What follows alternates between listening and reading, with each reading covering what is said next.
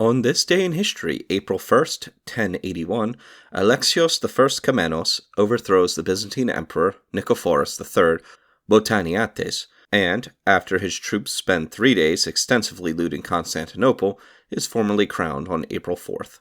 Included in the following is an excerpt from the 1944 edition of the Encyclopedia Britannica going over the history of Alexios.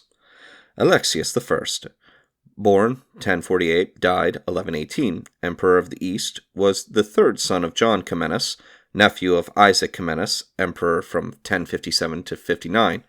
His father declined the throne on the abdication of Isaac, who was accordingly succeeded by 4 emperors of families between that date and 1081. Under one of these emperors, Romanus Diogenes 1067-71, he served with distinction against the Seljuk Turks.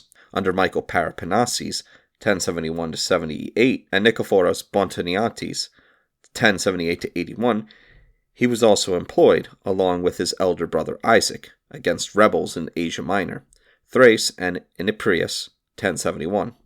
The success of the Komneni roused the jealousy of Botaneiates and his ministers, and the Komneni were almost compelled to take up arms in self-defense. Botaneiates was forced to abdicate and retire to a monastery, and Isaac declined the crown in favor of his younger brother Alexius, who then became emperor in the 33rd year of his age.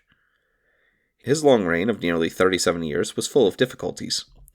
At the very outset, he had to meet the formidable attack of the Normans, Robogiscard and his son Bohemond, who took Dyrrhachium and Corfu and laid siege to Larissa in Thessaly. The Norman danger ended for the time with Robogiscard's death, 1085, and the conquests were recovered. He had next to repel the invasions of Patzinegs, and Cumans in Thrace, with whom the Manichaean sects of the Pelusians and Bogomilians made common cause. And thirdly, he had to cope with the fast-growing power of the Turks in Asia Minor.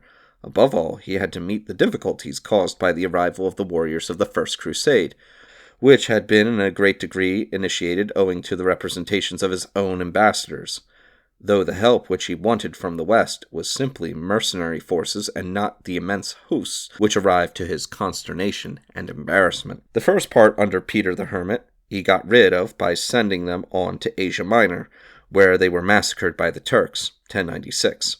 The second, and much more serious host of warriors, led by Godfrey of Bouillon, he conducted also into Asia, promising to supply them with provisions in return for an oath of homage, and by their victories recovered for the empire a number of important cities and islands: Nicaea, Chios, Rhodes, Smyrna, Ephesus, Philadelphia, Sardis, and in fact most of Asia Minor, 1097-99. This is ascribed as a credit to his policy and diplomacy by his daughter, by the Latin historians of the Crusade to his treachery and falseness. The last 20 years of his life were marked by persecution of followers of the Paulician and Bogomilian heresies. One of his last acts was to burn Basilis, a Bogomilian leader, with whom he had engaged in a theological controversy. By renewed struggles with the Turks, 1110-17, and by anxieties as to the succession, which his wife Irene wished to alter in favor of her daughter Anne's husband, Nikephoros Bryennius, for whose benefit the special title Panhypersbastos, i.e., as it were, Augustissimos, si quis alios, was created. This intrigue disturbed even his dying hours. He deserves the credit of having raised the empire from a condition of anarchy and decay at a time when it was threatened on all sides by new dangers. No emperor devoted himself more laboriously or with a greater sense of duty to the task of ruling.